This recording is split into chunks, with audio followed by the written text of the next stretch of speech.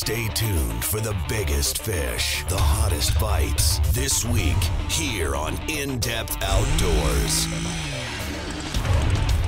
With James Holst. Look at that. Wow, is that an incredible fish? And the rest of the IDO fishing team. We're headed to the best fisheries across the upper Midwest and Canada. We'll fish longer, explore unfished bodies of water, and go further off the beaten path in search of the hottest bites in fresh water. Look at that. With Cal Schwiel. What a specimen.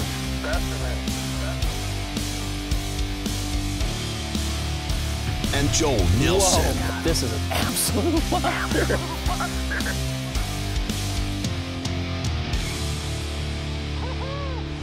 This is In-Depth Outdoors.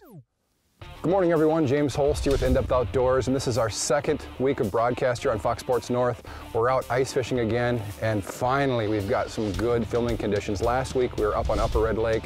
Mother Nature, she pretty much put the beat down on us. 25 to 40 mile an hour winds every time we got out on the ice. You throw a little blowing snow in on that, it was pretty miserable. If you missed the show, we did get into some nice fish, so you can check that out on our YouTube channel at In-Depth Outdoors TV.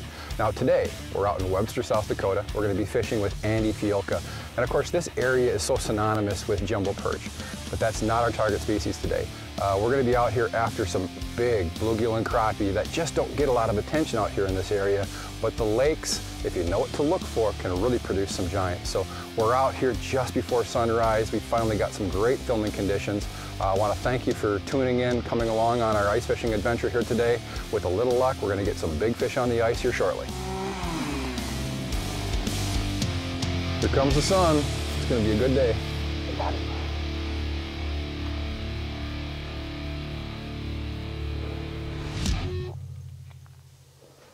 That's a little better one. So we're kind of fishing kind of the inside edge of a weed line, a deeper weed line that moves up into shallow mud.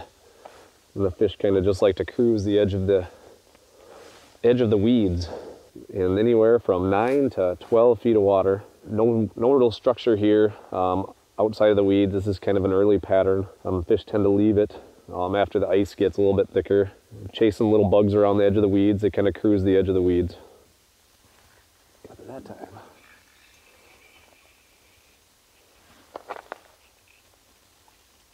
James, I'm really liking this this new tungsten tubby jig. You know, I've not fished with them a lot. I've really enjoyed the fishing I've done with them. They get down there nice, and with the tungsten they get down there real quick when you got more fish on the screen. I know where I think they're really going to come in handy is that deeper water crappie bite midwinter. Absolutely. Those fish flash through on your sonar and you just can't get the baits down there fast enough. That's where those tungsten are really going to come in handy. And that fish is ruining my average size. He's only about 9 inches long. Back you go. Get bigger. Stacking up. Got him.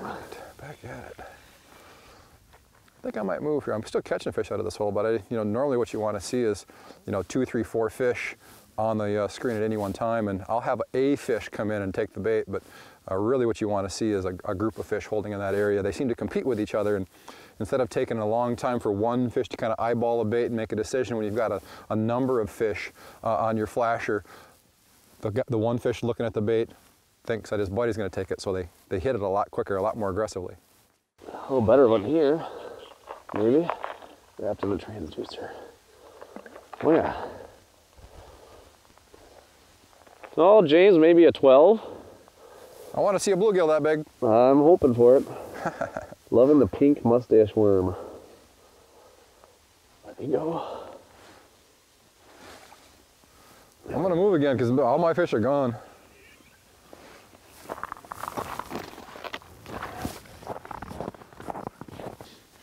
I had to switch from that flap tail.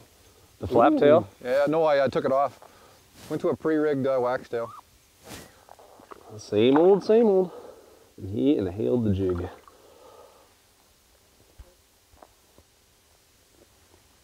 Goodbye. This is fun, Andy. I told you it might be worth your time. Yeah, if that's the average, we're gonna do all right. We'll make it work. He made me get my hands wet though. All part of the deal.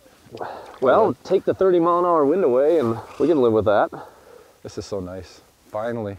You know, when you get a full-on ice season, middle of November, there are some downsides to it. Of course, that being some pretty miserable weather. I mean, I'm sure you probably haven't seen anything like this either. I mean, this is the earliest I've ever fished.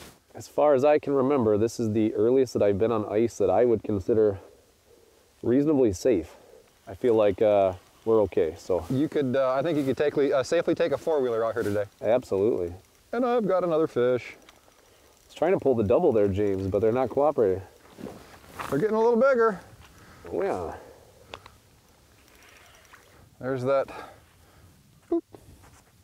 That was simple enough. I'll show you that there in a second. I'm gonna let him go. He's starting to get a little frosty. I don't want to hurt his fins. So back he goes. Here's what we're fishing. I'm working a 1/50th of an ounce pre-rigged waxtail. This is one of those baits from VMC. They do all the work for you. They match the body with the jig head, put it together so you don't have to do it out here when your hands are cold. Got some good color combinations. Has a pink chartreuse with a pink clear body. When I asked Andy what kind of colors I should be looking at, he basically said anything pink is going to work. And it has been. I think between the two of us, we probably got 10 crappie on the ice already. You bet.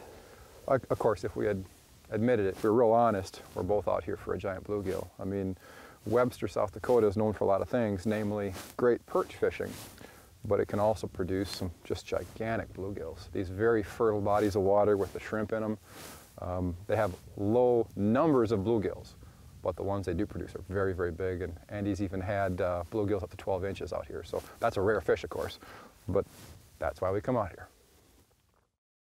Introducing the new wireless PanCam camera system from Markham Technologies. The groundbreaking interface that allows an angler to wirelessly monitor and control the left-right pan of a remote camera from up to 300 feet away. The Markham PanCam system transmits a live video stream via Wi-Fi back to your Apple or Android device, and the free Markham app is even capable of connecting to multiple cameras at the same time for multi-camera on-ice coverage. This winter, take full control of your underwater camera with Markham Technologies' wireless PanCam camera system. Come on. Oh, he comes just firing up after that bait. I thought for sure he was going to go off on it. There he is. There you go. This is such fun with a noodle rod. Andy, I think this right here basically embodies why so many people love to ice fish. I can agree. Fish on just about every drop. I mean, they're not 10-pound walleyes. They're very respectable crappies. This is what most people, you know, grew up doing out there on the ice. Ooh, it's a nice crappie. Here he comes. Just slide him out there. Ooh, that's nice. Yeah, that's not too shabby. Real nice crappie. But like I was saying, I mean, this is why I love ice fishing. Using the electronics, fishing little baits like this with real fine tipped rods. This is a noodle from Tuned Up Customs. Just so much fun to catch fish like this. That'd be a great eater. I'm not keeping any fish today, so we'll let them go, but this is a ton of fun. All right, see you later. And the best part is there's 2 or 3 more waiting.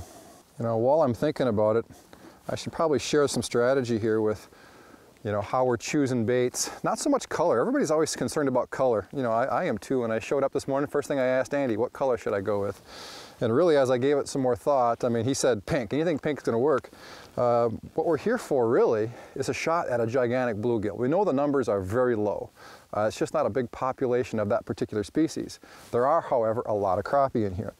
So what I decided to do is fish one of these waxtails. But I gave some consideration to the size I was fishing. Typically, if I'm fishing just crappies, I'm going to go with a larger waxtail. This is the number 6. It's 1/32 of an ounce. It's a lot larger than the bait I'm using. I'm using the 1/50th of an ounce, and the reason I'm doing that is I don't want to oversize my bait and exclude the bluegills, because I really want a chance at an 11-inch bluegill today. So I dropped down in size. It's still plenty big enough to attract the crappies, obviously, but it's not too big that when a bluegill does show up, he's going to swim away from that bait. So something like that is some, you know, most guys will be concerned almost exclusively with color, and really what I really focused attention on was size. Seems to be working. I think I've seen one fish today that was probably a bluegill. You know, one of those that comes up about 6 inches off the bottom and just barely moves around. Yep. Here comes something. There we go. That one's giving you some scuffle. He is quite the fighter here. I don't think he's as big as what his fight. He's supercharged by the sun like the rest of us. Not a bad crappie though. Oh, not at all. Buddy, we've had a ton of great fish today. I will take every one of them, especially getting on the ice. He's more the norm, not the exception. And it's not Thanksgiving yet, it's more ice fishing. Love it. You know, I'm sure one of the things that you may have noticed here is both Andy and I are fishing with rods that have a very similar build to them. We're both fishing noodle rods. This is a precision noodle. Andy, you're fishing a precision as well, aren't you? Absolutely. And what it does is it's a rod design that kind of goes away from the spring bobber, and there's nothing wrong with fishing a spring bobber. There's some things that I prefer with a noodle rod over the spring bobber, but it really comes down to personal preference. And what I like about this type of rod design is it allows you to see visually anytime one of those fish grabs the bait, and it does it in two ways. One, it'll be referred to as a down bite, kind of more of that classic donk where the rod tip dives, but also just from the weight of the jig, you'll see the tip of my rod is depressed just ever so slightly. And when a crappie, particularly because they feed up with that big mouth, they'll come grab that jig, the weight will come off the line, and that rod tip will relax. And that type of bite, particularly that up bite, it's very difficult to detect on just a normal rod. With these precision noodles, it's just incredibly easy to see those very light takes to the point where it's almost unfair sometimes. Before they have any idea that they've grabbed the bait, we can see that on these rod tips and set the hook. And I don't know what you think, but there's just no way that's more fun, in my opinion, to catch panfish than these noodle rods. Absolutely. One thing that I like about them is I fish spring bobbers, and we all know that when it's cold out, the freeze up on the spring bobber, and you just don't get that with these.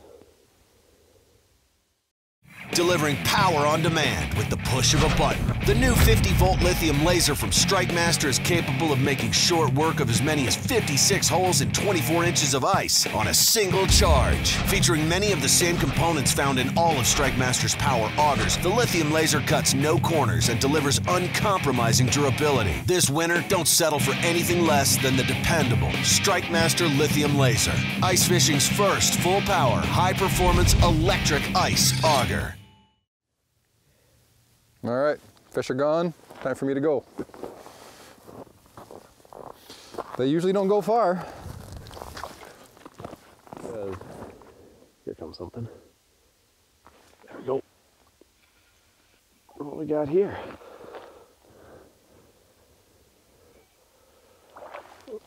Nice crappie. He was actually in the weeds. There you go. Freeze up there. There he goes. Okay, so I got this tungsten tubby jig rigged with a pink and chartreuse Trigger X mustache worm. And what I like to do is when I'm fishing bluegills especially, I like to take one of the tails off. So you can see it's just the ball and one arm on there. And it makes it just more of a compact presentation, and that tail just quivers in the water, and the bluegills and crappies just love it. Looks like James is on a fish over there. I better get this down. I've got a few to catch up to you yet. I think you had about 6 on the ice before I got a jig tied on my rod this morning, so that was a nice healthy lead. Come prepared. Ooh, last second, got on the transducer. I thought he was gonna behave himself. There we go. Doop. Not a giant. You know, we got some sun. We don't have a lot of wind today, but it is still really cold, so I'm sure you've noticed that we don't spend a lot of time with these fish out of the water if we're going to release them. What ends up happening is they freeze up. It's hard to know for sure what happens after that, but you got to figure freezing any part of a body is not a good thing. My guess is if you were to freeze those fins real hard, let it go, I'm sure they'd have some kind of issues down the road with the fin rot or something like that. You know, this type of pattern it's just a staple for ice fishermen. You get to this early ice stage, and you know, very often you start to get some ice cover like this, and the weeds up real shallow, they'll start to die off, get almost like a brown, slimy look to them. And what you're looking for then is that outside deeper weed edge where the weeds are still in good shape. They'll be healthy and green, and you'll get these crappies and bluegills that hang real tight to that outside weed edge. And there's weeds that go all the way up to shore here, basically. But what we're seeing is on that outside edge in about 9–10 foot of water, that's where everything's hanging here. And the water doesn't get a lot deeper, 13–14 foot. But I mean, when you start thinking about bodies of water that you fish, I guarantee you there's scenarios just like this on your home body of water. And the great thing about them is they're usually in a bay, woohoo, which means they're not very far offshore. They're easily accessible by foot. Come here.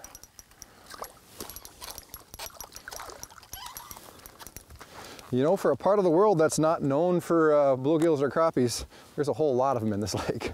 Like I said earlier, typically people think about perch when you think of Webster, South Dakota. On this body of water, they have perch as well, but it's just loaded with crappies. And as we've mentioned, some really big bluegills as well.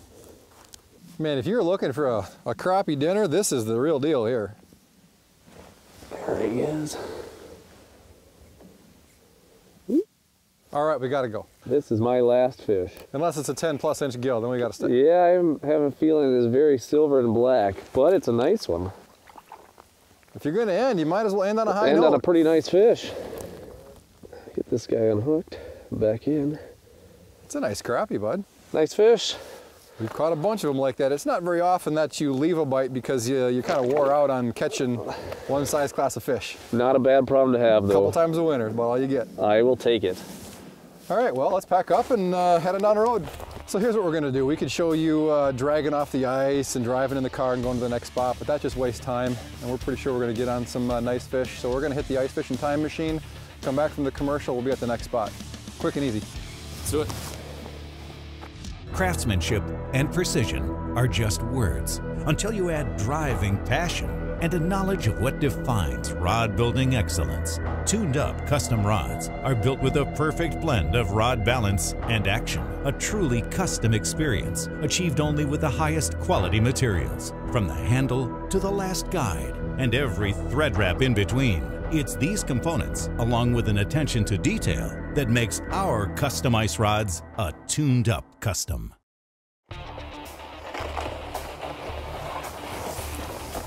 Quickest reposition ever. So we didn't move very far, same body of water, maybe 10-minute drive. We moved to this location because it's more predominant gills versus crappies. Obviously that first spot we were at, filthy with crappies. For sure. We got our fill of crappies. So we're really looking now for that 10–11 inch gill. Even if we don't get it, it doesn't matter. We've had a great day already, so this is all gravy. A really darn good day. All right, well, I'll check depths if you want to punch or vice versa. Let's get it. What works?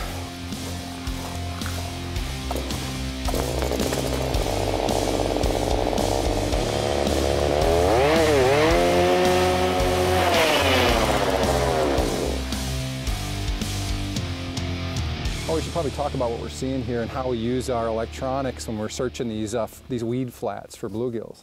And if you look at my sonar dial, everything to the left of my finger, that way, that you see there in red, that indicates the bottom, and it's actually kind of a hard-packed bottom. I'd say probably a hard-packed sand.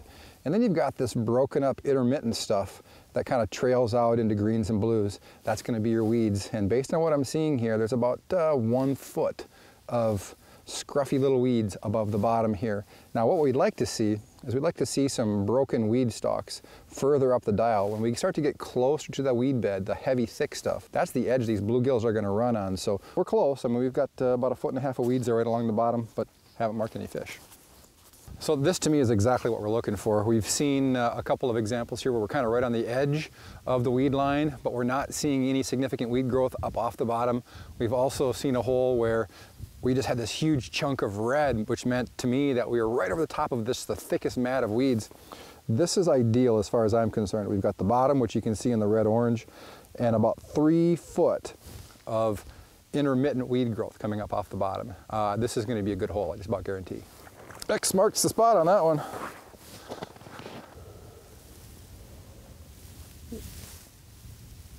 Oh, here comes one. There he is. Oh yeah. It's either a solid crappie, if it's a gill, she's a big one. Ooh, got the crappie, or the bluegill swirl they like to do. Oh yeah, oh yeah. Check that out. This day has come together far too well. No wind, manageable temperatures. Just put a beat down on the panfish today. Crappies this morning, location number 2, big gills. That one is right up there towards that magic 10-inch mark.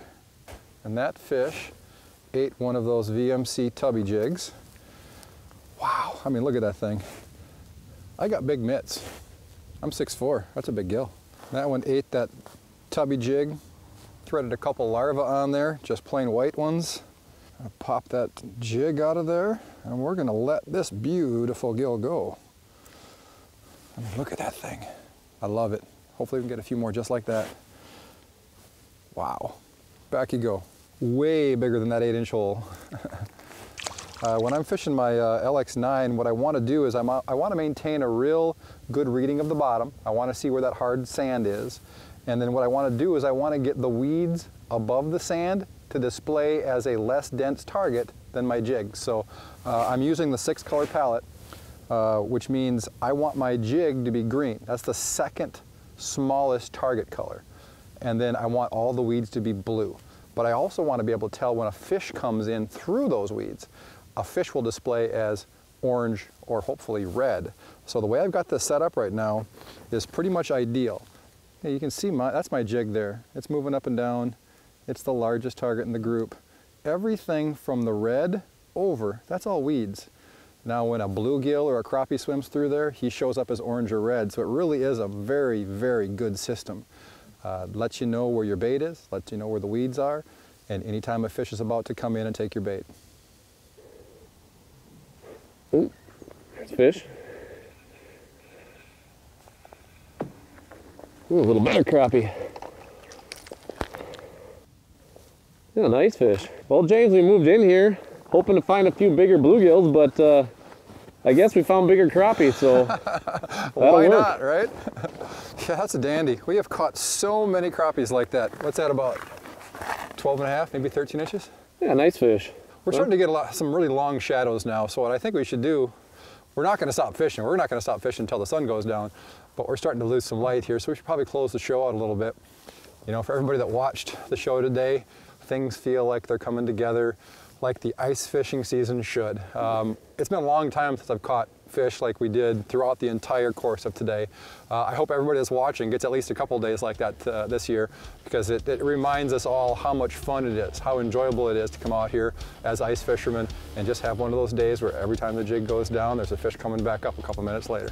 Exactly. Anybody that watched the show today that's interested in coming out here to Webster, South Dakota, Sportsman's Cove is kind of the bait shop of note out here in the area. Definitely look them up, give them a call. I found them to be pretty good sports about sharing information. I'm sure they'll do the same for you. And Andy, this is the first time we've been on the ice together filming. I really enjoyed it. I thoroughly enjoyed it myself. All right. It was fun. Until next time, from Andy and I, thanks for tuning in. We'll see you next week. For more info on the latest fish reports, gear recommendations, and hottest techniques, connect with us online at indepthoutdoors.com or follow us on Facebook at In Depth Outdoors. And if you enjoyed today's show, be sure to let our sponsors know.